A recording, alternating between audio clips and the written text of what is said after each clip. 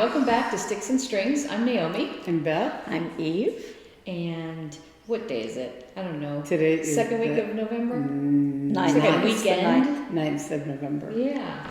So welcome to November. And it actually feels like November in Arizona. I'm freezing. It's so exciting. Why aren't you wearing a longer sleeve shirt? I know Because it's always hot in here. Yeah.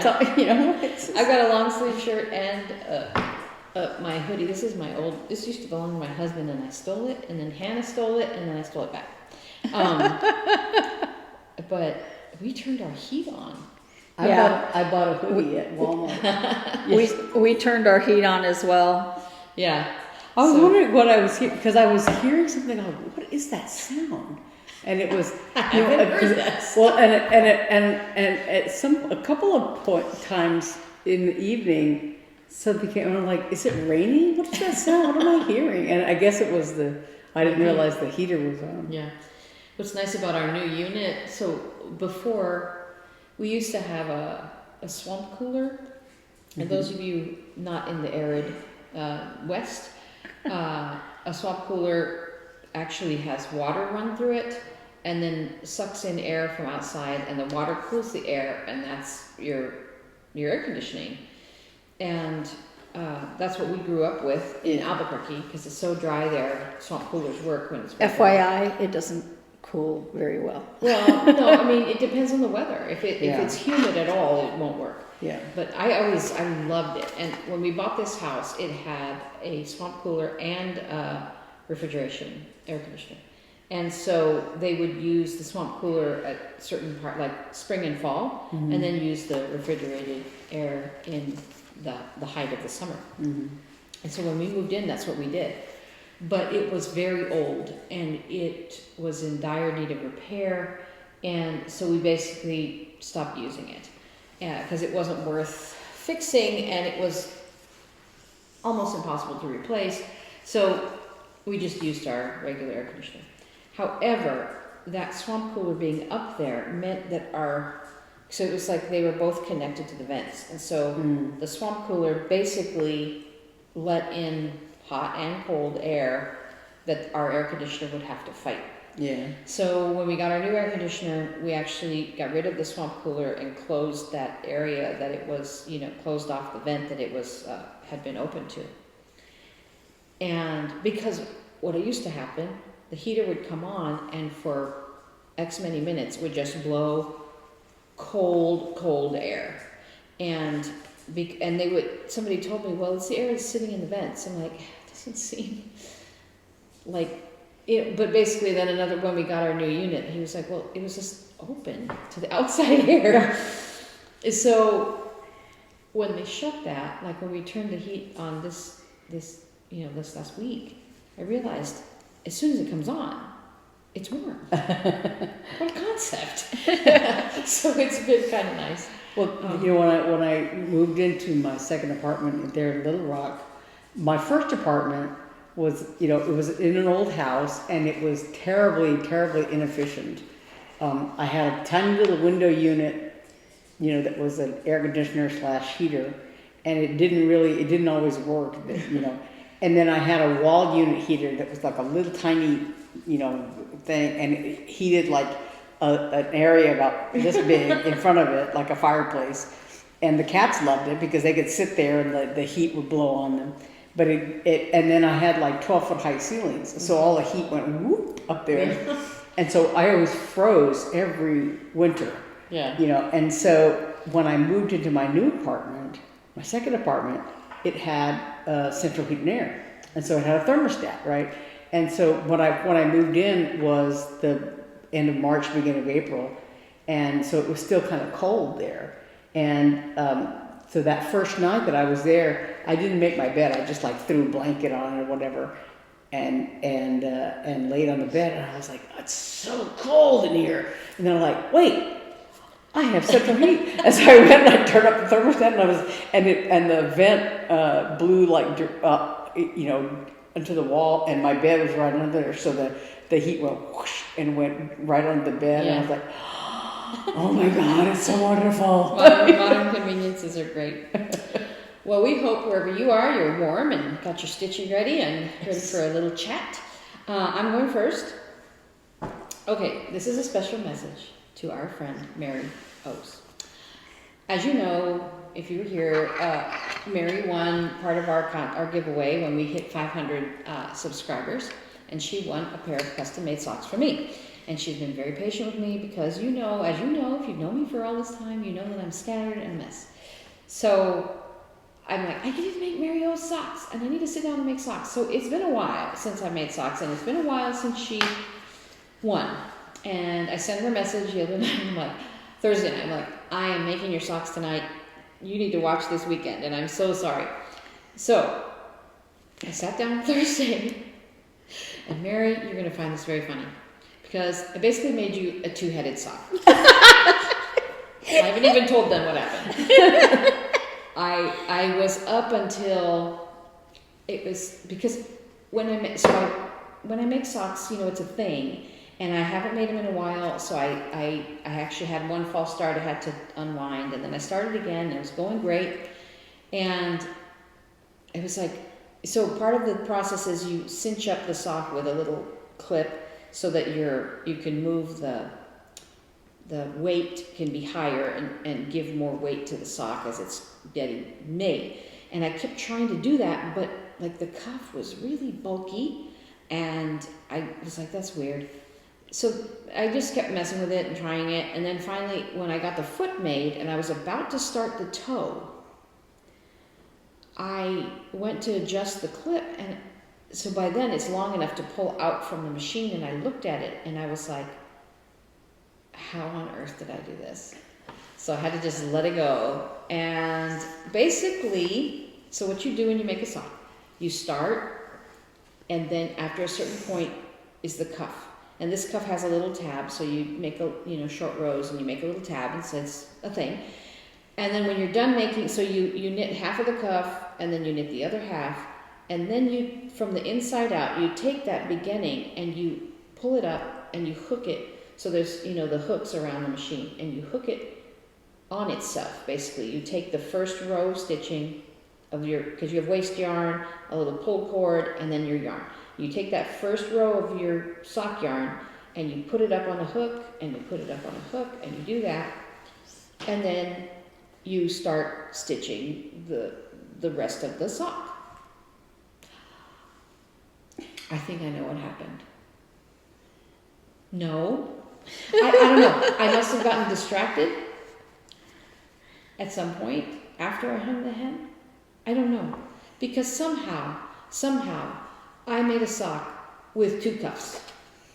It's got, I don't even know, I think this is the first cuff, this black one. And then I think,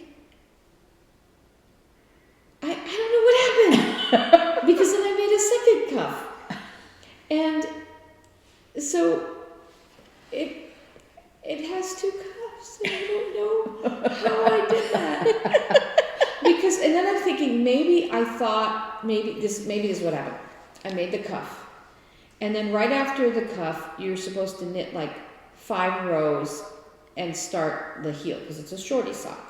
So maybe I knit them and thought, because you raise needles, you start by, the way you make this little tab is you raise part of the needles that are out of work, and you keep just 20 in line, and you work on these for a little while. Then you put all the other needles back into play, and you start around again. So maybe after I did that and I went to raise the needles for the heel, my brain was like, do the cuff, and I made a second cuff. And I don't know, and when I hung the hem, it was weird, and I couldn't understand what I was seeing, and I couldn't anyway, I don't know how I did it. It's a miracle sock. It's a two-headed sock. And then I didn't notice it until I got to the toe, so then I just forget it. But I will say, I tried this two-headed sock on, and it's the right size. So I know, Mary, I know you and I have similar feet, and I know this will fit you. So this morning, I started a brand new sock that will only have one cuff, and then I will make the second one. But I was trying to tell Mark what happened, and I was like, I was making this, and he's like, why are you making a sock? And I told him, and he goes, well, why are you only making one? I'm like, No, I'm making a pair, but I have to make one at a time. One at a time. My husband's crazy. So anyway, here's this weird two-headed sock. I will take a close-up picture of it. I could not believe it. I could not believe that I had like spaced it out so badly. It's so strange. Anyway, so that's what I did on Thursday. I did work on my my cross stitch. Can you believe it? I'm down to the word remember. This is, I should always take this out of the bag, but Christmas at Hawthorne Hollow, and it's this bottom corner, and it says, I heard a bird sing in December, a magical thing and sweet to remember. And if you remember, I changed it to say, I heard a bird sing in dark December, a magical thing and sweet to remember. And I'm now on the word remember. And I'm very excited because that means then I can do all the birdies and everything. So that feels happy. I hope to actually finish a cross stitch in my life. So I did work on that, and then I felt guilty. And I want to tell you another story about the cowl. As you remember, it's what I'm going to work on today, is this cowl that I'm making for a friend. So I had a self-imposed deadline of November 14th, right, which is a week away, less than a week away, and I was stressing some, like, because the reason that was because we were having an event, and the recipient of this will be at the event, was going to be at the event. It's an event that she basically created and scheduled with us, and so I'm working it, and so I thought, well, it would be really great if I had this done, and I could say, hi, here's your cowl. And then we got the blessed news that she's like, I'm not going to be able to attend. And I was like, oh, yay. So that means I have a little extra time. So I still have to get it done. I want to get it done before the end of November because I know that she's going to New York in December and is planning to wear it. So I was like, okay, good, I have more than a week. But this is, it's called... This cowl is called, I will put up a picture. I cannot remember the name of it. Is it like Simple Cowl or something like that? It's like simple and good enough, or I can't remember. But it's basically 3 rows of purl, 9 rows of knit, 3 rows of purl, 9 rows of knit, and it makes this kind of corrugated look. And I'm using 2 different yarns. I made them both from dyed wool.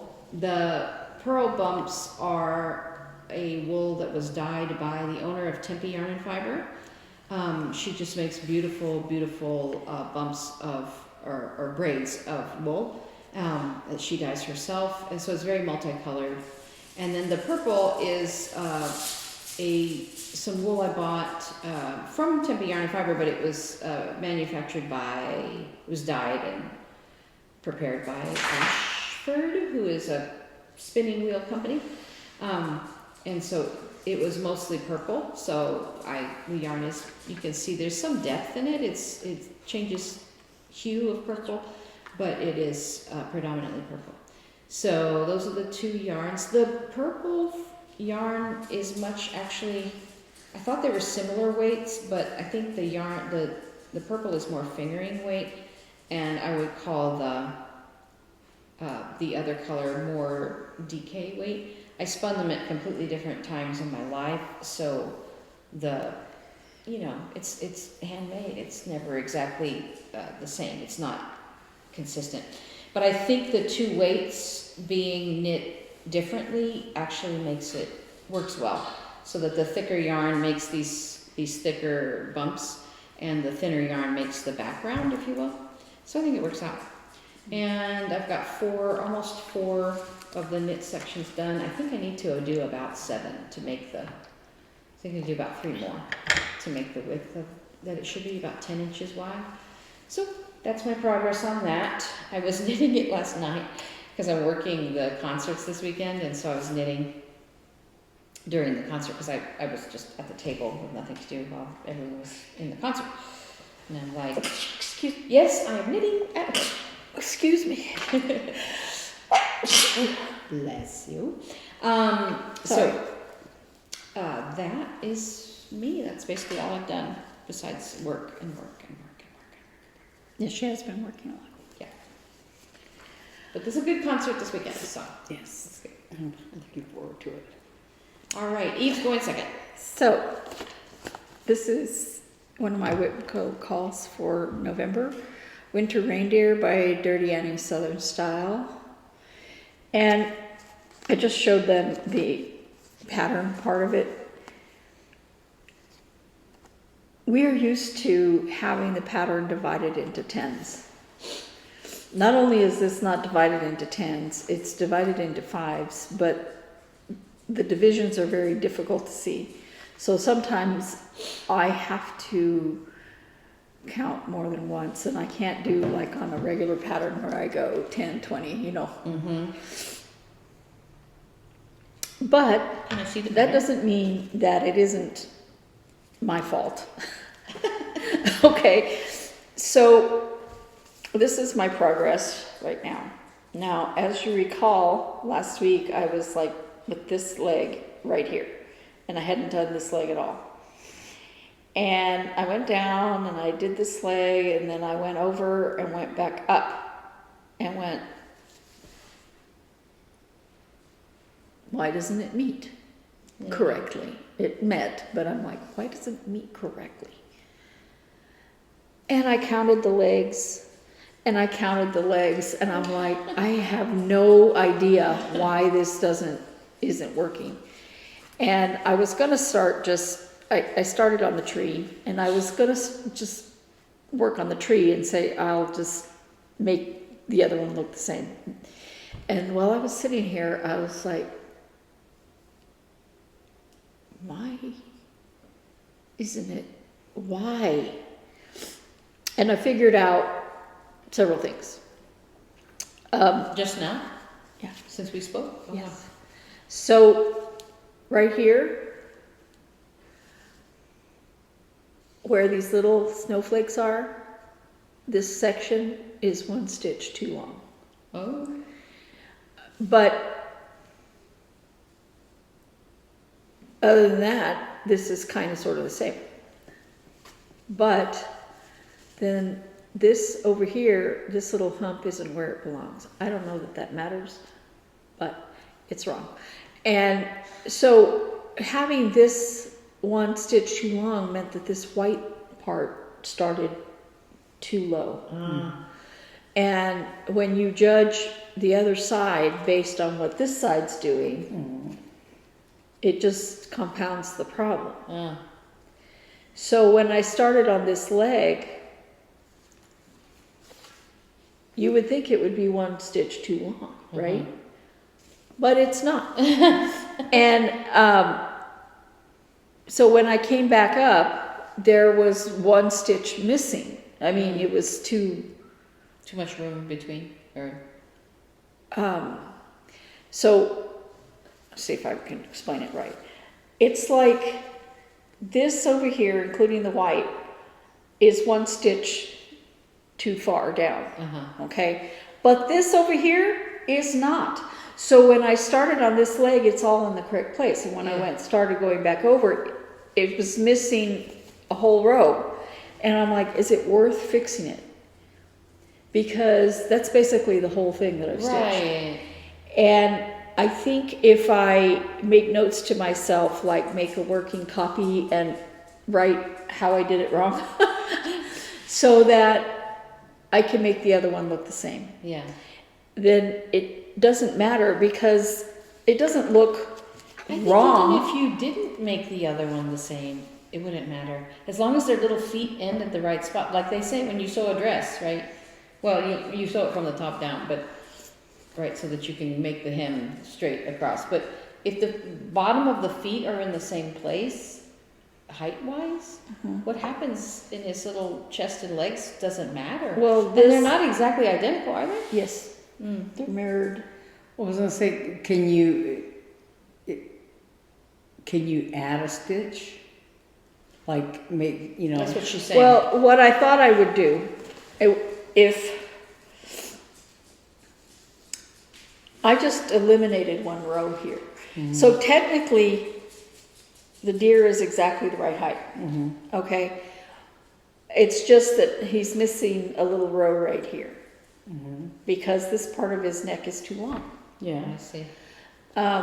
He's also, something in here is also wrong, but not that affects the height. So technically it is the right height. It's just the front ruff is too long, too far down, which caused the problem down here, which caused this not to come up and meet correctly. I see. I think probably it would be easy enough to fix. Yeah. To fix But the I'm other, thinking- you mean to make the other one match? No, Or to fix what you did to wrong? fix this one. But I'm thinking I don't want it. This is Because almost done. because it looks right, even Yeah. if it's not right. Yeah. But I don't know if I would be able to make the same mistakes on the other one to get them to be mirrors of each other. Yeah. Unless I made some kind of notations, especially if I stop doing this and don't pick it up for a while. I may not remember. So, and I don't want to write on the pattern Right. itself. So I think what I'm going to do is copy it and make notations as to what's wrong. Because what's wrong with it isn't so horrible that it's too long or too fat or whatever. It's just, right here in his little, right here in his little body, in here. There's one It's extra just, row of brown or something. it's just a little bit weird. But I'm going to run into these problems because to count this whole tree. But that's what makes this whole thing so beautiful, is these long stuff. So I will struggle with that long. Now, as we've been saying, the temperature has been cold. Now, it hasn't been straight cold, no. It's been between 79, which, it's almost 80. Day before yesterday, it was 64 degrees. Oh, it was so cold. Yeah, it was very cold. That was like so cold. But the problem is, I wore long sleeves to go teach because it was cold. Yeah. And long pants, right? But it's hot in the building. So, yeah, I was miserable. I was so happy. Oh, look, it's cooler. I won't sweat so much while I'm teaching. Wrong. So, look at that. I have a blue area. Let me see. Oh, wow. So, yeah, I know. Frozen turtle. I know that I need to put the other flippers on and finish the turtle, and I have to do the back stitching on these other two. And while I want my turtles to be done and I'm trying to keep up with it. Oh, and I didn't show the whole pattern, did I? Stitching Mommy's temperature turtles. I like it, but I love this. Look how far you come. This is Tiny Modernist gingerbread house for the Jiggle Ball. And I am almost completely done with this front. The only thing I have left to do on here is a heck of a lot of backstitching. No, I did most of it. I just have to backstitch around this side right here, and then all the backstitching is done. But I also started on one of the sides. So this is all done except the back stitching? Yeah. Wow. Let me see. That's really cute. That is so neat. And the fabric looks like gingerbread. You know, Can I see the picture? I was really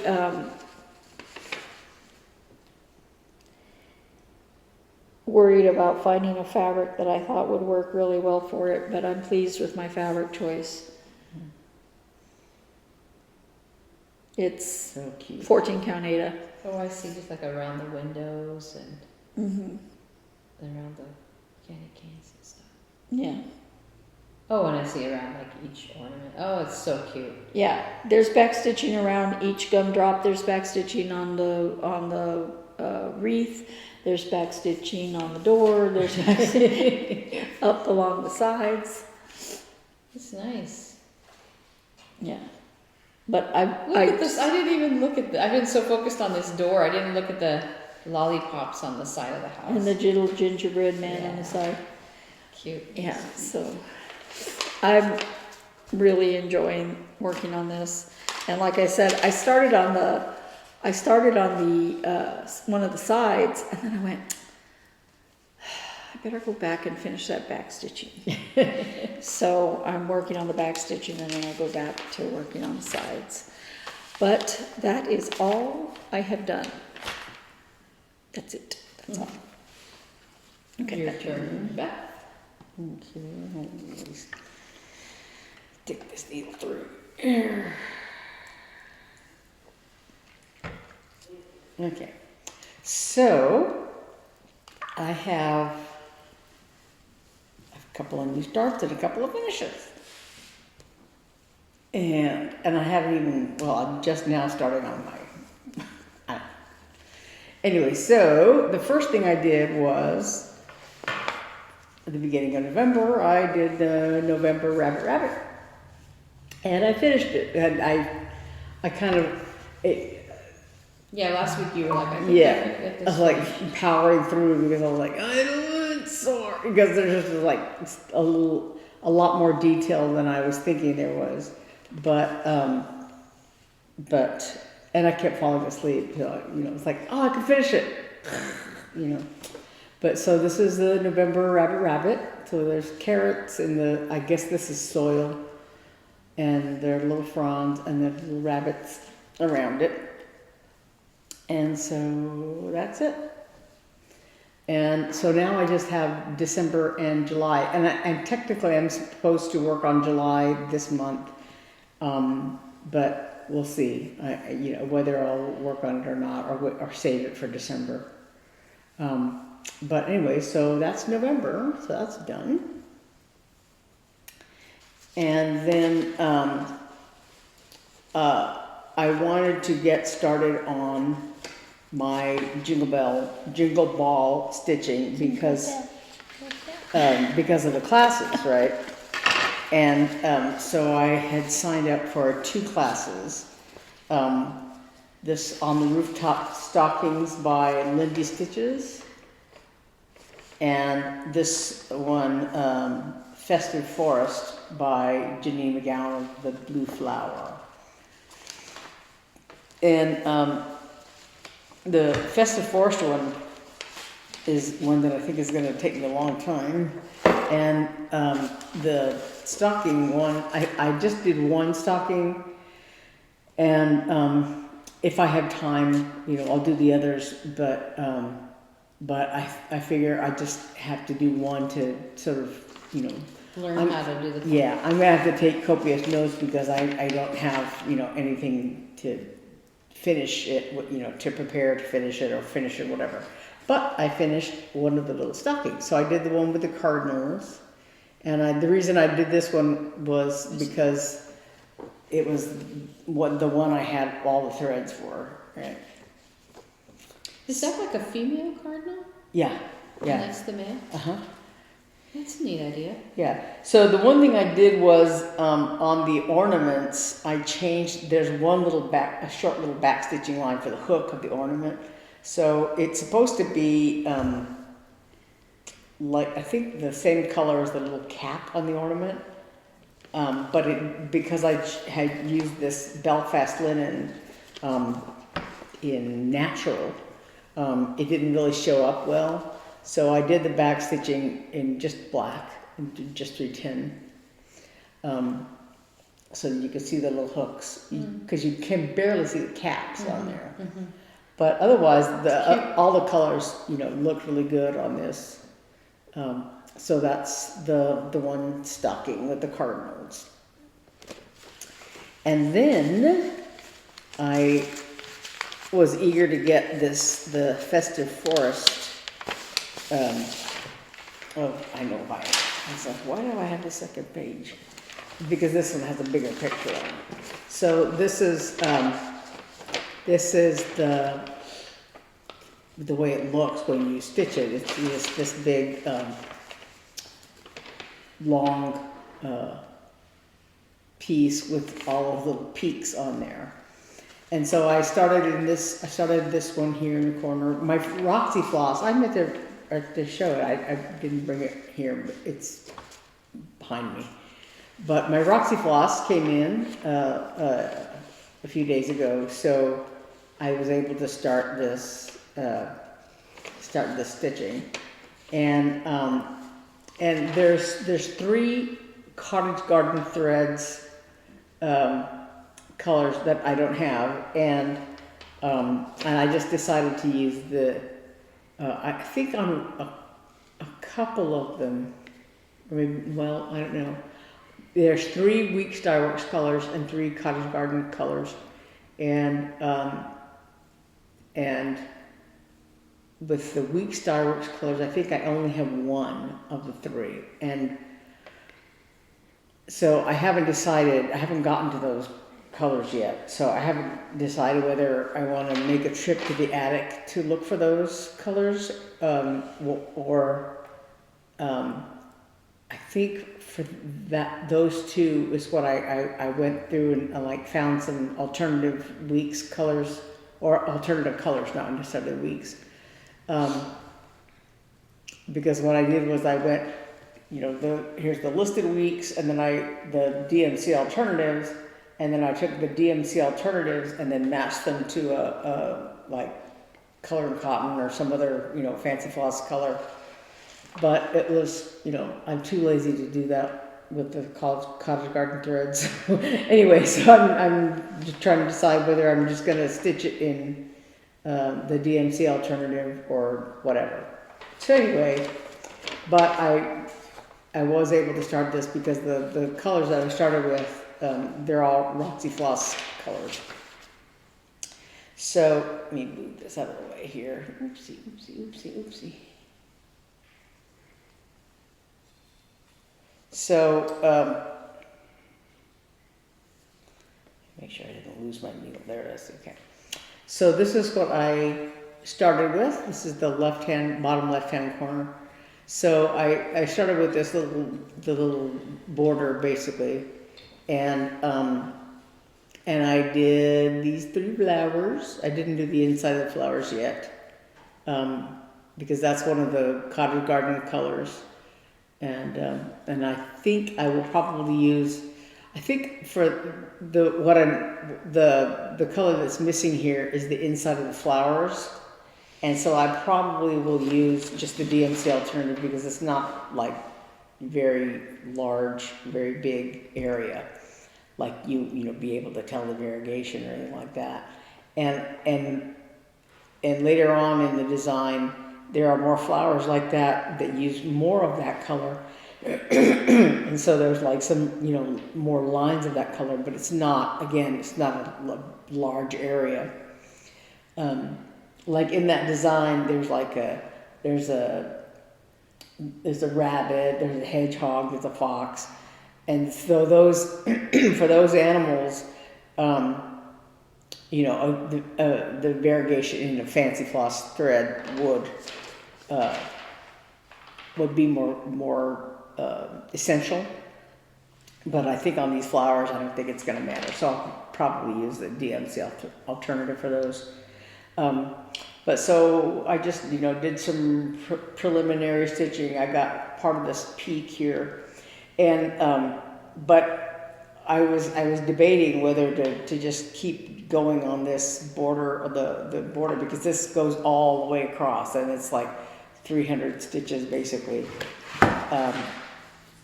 long. So, but I thought, well, if I do that, then I can just like, you know, go all the way across, whatever.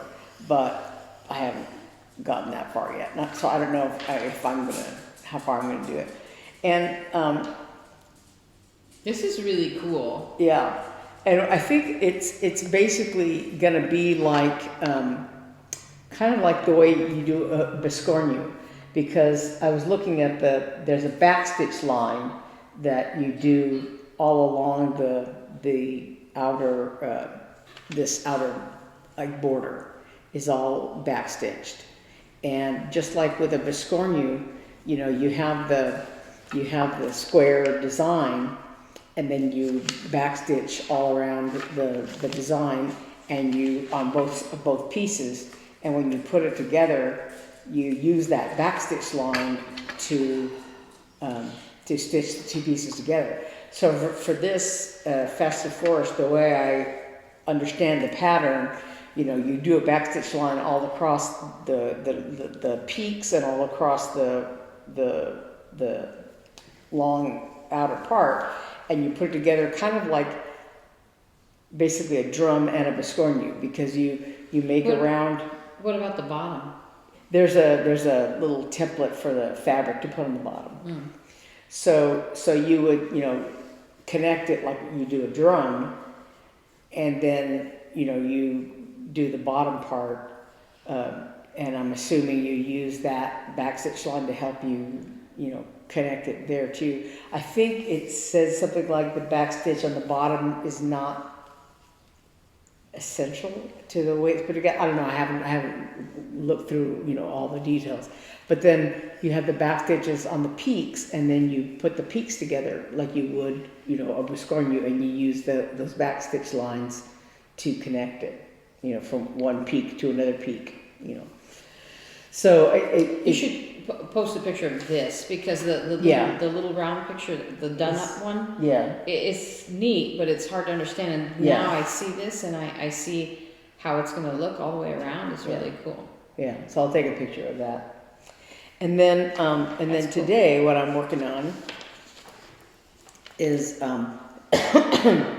is one of my WIP-GO secondary charts, and that is the Starry Night charts.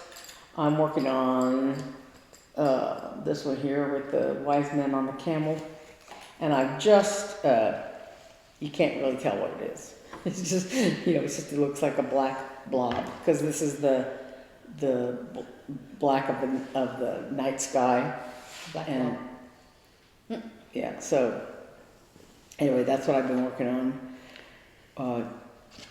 And my other WIP-GO things, I thought about working on, excuse me, the eagle from the Year in the Woods Cottage Garden samplings designs. The eagle is the last one I have to start on, and I was looking at that and I'm going, it would be easy to start because it starts basically in the corner of the design, very close to the edge. But I would have to, I didn't have the threads handy, and, you know, I realized I had to go look for it to make sure I had everything. And, yeah, so I didn't do that. And so I thought, well, I could start on that. I could start on the other WIP-GO call is Wayfaring Stranger, the tribute thing I started for my dad. But I think because my dad is a veteran and Veterans Day is the 11th, that I'll try to start it on the 11th. Just for fun to start it on that day. But so in the meantime, I have 2 days to work on this. I think I'll work on this Starry Night thing today and tomorrow. So that'll give me a little more. Get some work done on that. So I think that's me.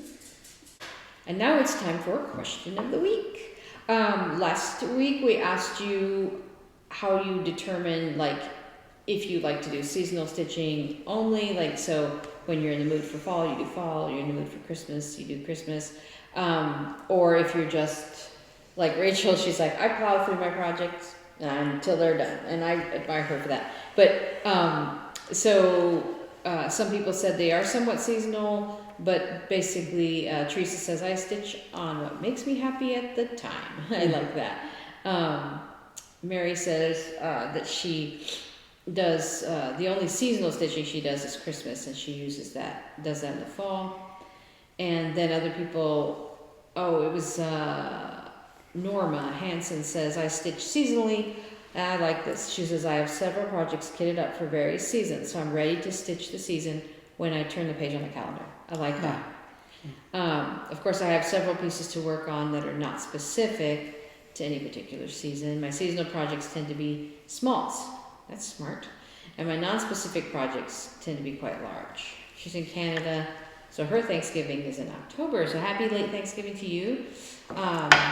And she worked on Halloween fall until November 1st, and now she's switched over to Christmas. Chris Cook says she finishes what she's working on and starts new pieces. That being said, I've been working on Halloween Quackler by Lila Studios, and I'm really sort of... Quaker. No, it says, Quackier. Maybe it's a duck. Halloween Quackier. Quack-ear. I thought it was Quackler, but it's Quackier. Let us know if that's Quaker or if it's Chris really Cook. supposed to be. Well, it's definitely quackier. So I wonder if it's like a Halloween duck. Anyway, we'll have to look it up. And they're really sick of black. That's why I haven't worked on that Twin Peak Primitives that I have the orange fabric for. Mm-hmm. I'm like, I'm not doing that much black today. Yeah. Yeah. And she's also doing Jingle Ball classes in Christmas. So that's fun. Maybe we'll see her in class. And then Beth Browning says, I try to stitch seasonally, but she's drawn to the colors of autumn. So most of her projects are fall. I was going to say, I posted that stocking for the Jingle Ball thing, and I posted it on the Lindy Stitches group page on Facebook. And so, but when I took the picture of it, Snug was sleeping on the bed there, so I sort of angled the camera so that he was in the background, and I put in parentheses cat included for scale. Yeah. And so when Stephanie replied to my post, and she said, "Cats should always be included for scale." Christy says that she's somewhat of a somewhat seasonal stitcher, but if she really likes the project, it doesn't matter. But she's a seasonal starter. So she said she wants to try WIP-GO, but she would have to have a lot of loopholes because I'm not in the mood to stitch a project I couldn't make myself. Yeah, well, that's what you said. Your WIP-GO board, your rules. Your board, your rules. Because there are some people that arrange it to where they can just, go with the season. Yeah. And I switch it all the time for the season. Yeah. I'm not stitching Christmas at Easter or at Valentine. No. And she also says that her goals would have to be more like put 100 stitches in a project you haven't touched in 3 months. So right. Yeah. It's good. Well, and that for some people that really works to just to that way they can just choose whatever they want to work on, and then just they can still make significant progress. And that's the thing I like about Thread Stash is when you enter it in there, it has a little thing where you could put, in progress or, that kind of thing. Mm-hmm. So, when you started it. Nice. And, because you can add the date in there. You don't have to, but you can add the date in there. And it's really nice to be able to look back and go, I have not stitched on that, and I started it 3 years ago. Right. Right. And then Rachel says, she plows through and keeps with her projects until they're done. So she's basically monogamous? Yeah, she's basically monogamous. She says she has a couple going, I think, but she's a monogamous stitcher. She's pretty new to cross stitch, and I'm like, boy, girl, you're... And the stuff she's done has beautiful. been really nice. Yeah. And she says none of her projects are season specific, but so far, you can always buy more.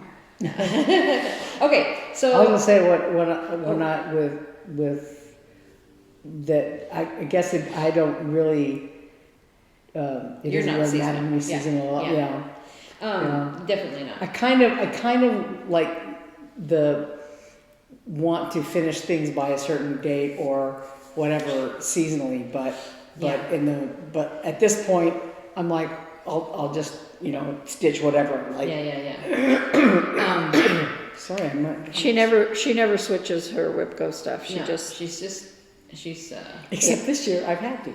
well, yeah, but I know, and it threw you for a loop. And it still bothers her. All right, so this week's question, as we're thinking now, because Thanksgiving is what, like for us in the U.S. is like toward the end of the month, 3 weeks away. Last week of November. It's kind of late this year, and we're wondering, as we think about what are we going to make and how are we going to do it. We'd like to hear your Thanksgiving disaster stories. We've had a few over the years, and I'll get you started. I believe it was last year, or was it 2 years ago? I believe it was last year. I've been making the turkey for years now, and then I've started brining them. And for a while, I was doing a dry brine, but then it was last year. I decided to do a wet one, or maybe it was 2 years ago. When was it? I don't know. I think it was last year because I was working full time. Well, you had the brand new stove, didn't you? Yeah. Yeah, that was last year. Okay, my husband is a very smart and dear man, but he's not a cook. And I had put the turkey into brine, and I had asked him, what did I ask him to do? I asked him to dump. So you have to let the brine go. I can't remember now. I should ask him. You know what? There was a disaster. I'm going to ask him about it before I report it wrong. And so next week I will come with my turkey brine disaster. It's not even my turkey brine disaster, but it was a Thanksgiving slight disaster. It was pre-Thanksgiving. So we were getting ready. What are your Thanksgiving disasters, and what did you learn from them? There was one thing I was going to say that it wasn't exactly a disaster, but it was an oddity. That when at some point my dad had learned how to debone a turkey. Oh yeah. And he learned it from a friend of his from work. This guy Wayne was a pretty good cook, I guess. He did a lot of things, and so he taught my dad how to debone a turkey, which was fantastic. Yeah, and so yes, it's wonderful because you just slice it up like a loaf, and it's wonderful. Oh, but the spices and and everything are inside. Yeah. So it was all really good. So anyway, one of the times that my dad did it, I don't think it was necessarily the first time. No. But one of the times he did it, we had green turkey. Yeah. because all the whatever spices and stuff. Wasn't it sage? It might have been sage that he because you lay the turkey open as you take the bones out, and then you put all the spices and whatever in it, and then you fold it back up basically and tie it with like baker's twine or whatever. Wrap it in a sheet. And then you put what we used to call the shroud of Turin. You put a cloth around it to hold it in place. I guess you do that before you tie it. Yeah. You wrap it up and you fold it up and wrap it up in the cloth, and then you tie the cloth, and then while it's cooking you go and baste it through the cloth. So anyway, he had. But you rub the inside with all your spices and flavor. So when it was laid open, he had put all the spices and whatever inside before he rolled it up. But I guess he had put a lot of sage or something in there. Much. So then when he it didn't taste bad. It just weird. Looked really weird. Because when you sliced it was green. But I really liked it, except that sometimes a couple times when the turkey wasn't quite as defrosted as that you want, his hands were so sore from dealing with this frozen turkey. And he taught Tim how to do it, but I don't think Tim enjoys doing it, so he doesn't do it. He hasn't done it in a while. But so that was our turkey lore for a while, was how to debone the turkey. And so I just remember my dad sitting there in the kitchen, slaving away with the icy turkey, Yeah. Well, then you can buy them fresh, so that's kind of cool. Yeah. Yeah. So we'd love to hear. Yes. So this week, just this morning, I had a very strange encounter at McDonald's when I went to buy the drinks. Oh. This woman, poor thing. Okay, as I watched, I realized she's probably to here with everything, and there was not enough people working because she would take an order and then she'd go back and cook something, and then she'd come and take an order and go back and cook something. So we were all standing around. Probably a lot of people didn't come to work. Right. So I mean, I hesitate to lay blame at her feet, but it was just really funny because she took a couple orders and then she disappeared. So I'm standing there waiting. She comes back. She had walked away with this and came back, and I realized she had like a wad of cash in her hand. And so I don't know why. I don't know, because if somebody paid you with cash, you would open the cash drawer and put it in and give change, right? But she just had this wad of cash in her hand. And then so she takes my order, and I ordered, and then so she hands me my cups, these cups, and I was about to say, can I have a drink? And she ran away. But she ran away with her little fistful of bills. I think I at least saw 10, something else in there. Her little fistful of bills, and she went to the back and she looked, I think it was hash browns, maybe something frozen, and put it in the fry bins, and then put it in the fryer, still holding the cash. She was using her hand as like a helper. And I'm like, put the cash down. What? So she said, I guess she was waiting until the next time she had to open the cash drawer, I guess. Yeah, but didn't she open it with you? Oh, no, because it was... Because I paid by card. Yeah. But I mean, if you're a manager, can't you open the cash drawer? There's a cash key. in there? Yeah, there's a key. Anyway, so then she comes back, still holding the cash, and I was like, can I have a drink carrier, please? And she's like, when I have a minute. I was like, okay. And I had a special order, so it took a long time, so Eli and I were sitting there waiting for an order to be called, and yeah, it was bad. There was like people stacking up in the lobby, and I'm like, okay, I was mad at you before, but now I just feel really sorry. Well, and not all people care whether or not that person is there doing the best they can because nobody showed up to work that day. Yeah. Okay, I was a manager at McDonald's for a while. And my brother-in-law worked at the same McDonald's I worked at. And I was supposed to open that day, but my ex-husband turned off the alarm because it was waking him up. So I didn't hear the alarm. So I didn't get up when I was supposed to. And my brother-in-law was supposed to open. And so they were all there waiting for me to get to work. And did he call me? He had my phone number. Hey, where the heck are you? We're all... No. They just sat around talking until I got there. And then we were behind the 8 ball, of course, trying to get ready on time. I was half an hour to an hour late. I was late. But I was like, why didn't you call me? Well, I didn't think about it. That was the one time. It's a good thing it wasn't like school, 10 minutes, the teacher's not there. I remember one time that I was just saying that, one time that Eve and I went through the drive-thru somewhere, and it was really slow, and we were joking about, like, it seemed like that the guy that was working the window taking the order, we were like, is he also going back and cooking the food and then coming back? When you look in the window, when you're in drive-thru, you can see. Yeah. There was nobody at the register. There was I did not see anybody else there. There might have been somebody back in the back cooking. I think it's getting bad, but then at the same time, I hear that it's happened like ghost jobs where like you're offered a job, but then they kind of never call you back to like exactly when you're going to start, or you know what I mean? Like it's getting weird out there, but what was I going to tell you? I can't think. I've had a crazy. I was so late to work yesterday.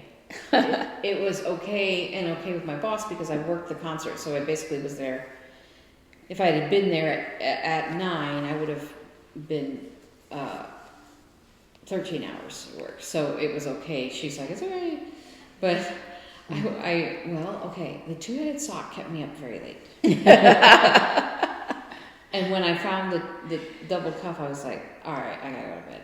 Like, I'm not gonna restart this. I actually restarted your sock this morning, Mary. I started it, and I'm ready.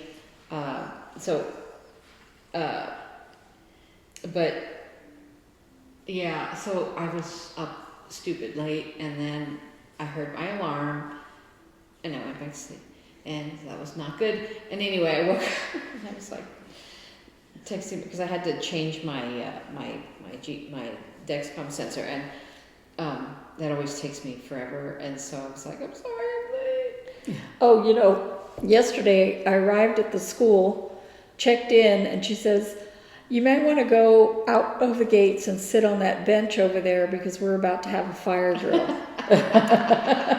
And mind you, I get there shortly before school ends, right? And I'm like, oh, your teachers must love you. And she just laughed a little bit. And I finished checking in and then went out and sat. And I texted my boss and I was like, I know this class is going to be awful because they're having a fire drill. Because, they go outside and it's not structured. They have to kind of stand in line, but they're not. Right. Yeah. And so, they're like this. And then they go back inside, the bell rings, and then they go to whatever, right? Home or to after school activities. And this class I took over after their first teacher had to quit due to a school thing that he had to do. And I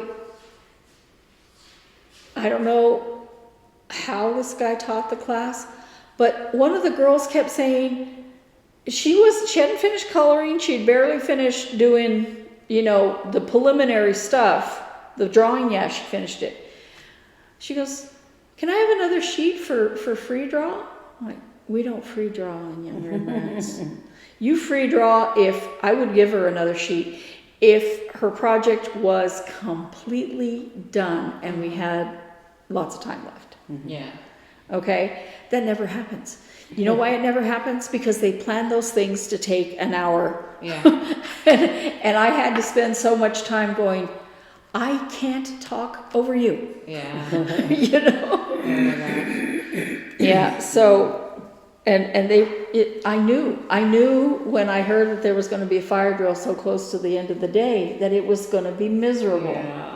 I can't even imagine how the piano teacher did it. There's a piano class after school that's there. nice. Yeah, I was like, that's wonderful. Yeah. What are they playing on the cardboard piano? Because I don't believe they have enough pianos for a whole class. Yeah, I don't know. Yeah, so. I don't know. So funny thing happened at the symphony last night. We accept assistant dogs and everything. No problem. But there was a woman there last night with a dog. The dog did not have a vest, so that's or any kind of. The dog only had like an LED collar, one of those glow-in-the-dark collars. Like not a collar, but even just like a little ring. Maybe it had a small collar on it. It must have.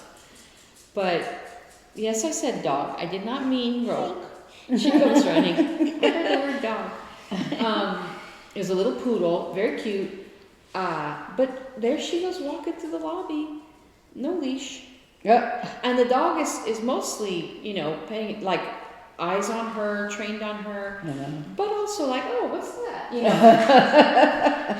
And I say to one of my colleagues, somebody dropped the cookie jar. Yeah, I say to my colleagues like, no leash, and he's like, it's not our venue because we rent the venue from the city, so he's like, security let her in, kind of thing, but no leash, I'm like, that's not right. And would you believe she was sitting basically right in front of our CEO. And so he showed us this picture. It's actually a very beautifully taken picture of a little dog in the aisle, like you know, in the back where the steps are. Uh-huh. And the sides of the rows have lights that go down on the steps, so that, you know, during the performance, so that you can see. And so the little dog is sitting there in the light of the stairs, just looking. No leash, he's just sitting there like that. And he took this beautiful picture. Because one of our new things is Symphony for All, and actually we had a Pay What You Can campaign for this Friday. So from a generous donor, and so he took this picture and he's like, truly, Symphony for All. It was so funny, but it was so cute. And I'm like, that's actually a really beautiful picture. Well, you know, and Phoenix can be kind of different than some municipalities in that they don't want you to leave your pet in the car. Mm-hmm. They don't want you to leave your pet hooked up outside. But they also want your pet on a leash. Oh yeah. No. You're supposed to have the pet on a And leash. at intermission, I saw she had a leash. So she had a leash with her. Like, hello? But you know, so people. But the dog was not identified as an assistant dog. No. So that was People aren't necessarily as much of a stickler. You know, yeah. If it was 100 if it was 100. Oh, if it was hot outside, yeah. But you know, it's like when Eli had a service dog, I decided to go with him, and I think I had Hannah it was a Slutsky/Cinnabon place, and we went in there. We had the service dog, and we go in, and the girl said, that dog can't be in here. I said, this is a service dog, and I assure you it can be in here. and she said, well, maybe you can sit out on the patio. It was freezing out on the patio. And I said, we will sit out there until I can speak with your manager. Because I didn't want to argue, because I didn't want to get the kids upset. And I said, but you're violating the law. You know, he's allowed to have his service dog in the restaurant. The dog is, not a problem. And the girl comes back and she goes, yeah, you can come in. Yeah. Unfortunately, not all businesses relent so easily, but yeah. What I like it is when it's another customer putting their nose in and like, no. When you were talking about being late for work, one time, you know, I had symphony rehearsal, and and usually I come home from work, you know, do what I call pee and flee, because I come in, go to the bathroom, grab my stuff, and run out the door, you know. And this particular time, we had, you know, I had a few minutes before, you know, so I made the mistake of sitting down and closing my eyes. No. And so, you know, I had to leave usually I would leave by 7 o'clock, because the rehearsal started like at 7:30 or something like that, or and I just lived a few minutes from the hall. But so I dozed off, and I woke up and was like, oh my God, and I ran out the door, and and because with the symphony, I mean, I was always kind of, played fast and loose with being on time for work, but with a symphony, if you're late, and it's you have how early you get there is up to you, but there's a certain point where if you're late, they will dock you, and and cast aspersions at you, and they'll give you the dirty looks and everything like that, because of course you're going to force your way into the setup, right? Anyway, so so I was, hurrying and I still have to park and blah, blah, blah, and go in. And so when I came in, I was late. But fortunately for me, the conductor said, "Oh, were you caught in that traffic jam out there?" I'm like, Yeah. yeah. Because a whole bunch of, our orchestra was, like many places, basically a commuter orchestra. There were people who lived in Little Rock, but there were people who lived in, other towns and had to, come from out of town to the rehearsal. And there was apparently some kind of a accident or traffic jam or something on the freeway, and so several people had gotten caught in that and had called in and say, "Hey, I'm going to be late." And so, I mean, he knew I lived downtown. I don't know what he was thinking, but he was just, because so many people were going to be late, he just assumed, I guess, I was caught in that. And we're like, yeah, That's it. Yeah. that's me. Yes, that's why. Oh gosh. Yeah. So yesterday driving in, I was very late, but apparently that's the dangerous time to be on the freeway. Mm-hmm. I was, well, there was a guy. First, there were these two guys, because it was after the HOV restrictions end. So if it's after 9, I'm over there. Mm-hmm. But it was much later than 9. Anyway, I was over there, and these two cars were doing this, and I'm like, oh my gosh, please don't wreck in front of me, please don't hit me, please. And they speed off, and then I'm, the Broadway curve is, right? And I'm going like this, and I'm in the HOV lane, there's a semi beside me, and at one point in that curve, I didn't even tell Mark this because it would upset him. At one point in that curve, this semi is like this, and he is over the line, and I'm like, and there's a wall there, there's nowhere for me to go, and I was like, oh, but I didn't honk, I was like ready to honk, and then he moved back, but it was like this moment of just sheer terror. We're going 60 whatever, and he is coming over, and there was zero. I mean, I guess I could have slammed on my brakes, but there's a giant truck behind me, and it wasn't like I could move very far forward. It's not like I could accelerate. Maybe that would have been the answer, but I was like, I am about to be smushed.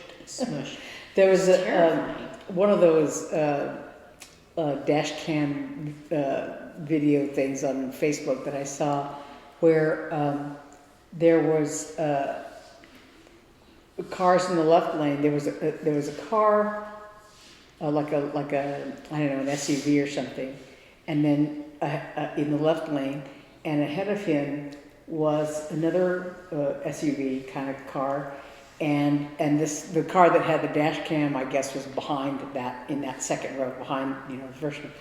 And so this little car comes up in the left lane and up behind that other car, and the two SUVs were kind of like beside each other.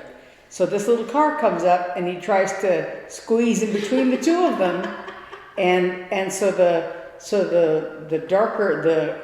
left-hand darker SUV kind of slowed down a little bit, and the right-hand one was a silver kind of one, and I think, the car was beside them, and it really didn't fit. It was, I think it was actually a fit. There was somebody who was joking about that fit doesn't fit, but the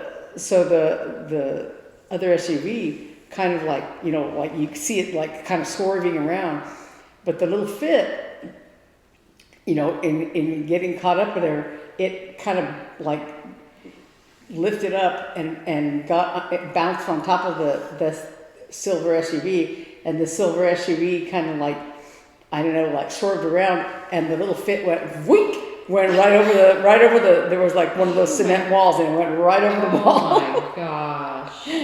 Oh my god. So, yeah, it was a mess. Those kind of arguments in a little tiny car like that, you're going to lose. Oh, and it was so funny too. After McDonald's this morning, I'm driving down the road, and my car beeps at me if I get out of my lane. So it could not have been me that this person was honking at, because I would have. So maybe it was the person on the other side of them. But I hear this little meep meep, like that. And it was one of those little smart cars. In this case, you will lose the argument. It was just so funny. I'm like, who are they honking at? Because at first I thought, am I out of my lane? You know, if I'm like, no, because I would have heard the beep, beep, beep. And even if I didn't hear it at the time, after it beeps at me, in the display on my dash, it shows me like this side is red or whatever, like you're crossing this line. So I didn't have because I checked right away, and no, so maybe it was the other person, whatever. It's just funny because it was like, meep, meep. Like, if you're gonna have a tiny car like that, you should at least put a different. I saw a video where a guy said he put a truck horn on his whatever he was driving. Might have been a motorcycle, I don't know. But he's driving along, and this car starts to like go like he's gonna wreck into him. The car right away goes. Oh my gosh! I saw some footage of somebody. I guess somebody had a big horn like that on their. I don't know if it's a truck or something, but because like all the other cars were like kind of honking. It was like a parade kind of thing. People were honking, you know, in celebration, and you hear this wah wah wah. You know, yeah. What was I gonna say? I can't even remember. It just literally flew out of my head. But I am gonna have to go soon. Yes. I have to work again tonight and tomorrow. So it's a busy weekend, but I get Monday off. So nice. But what? I get Monday off. Oh.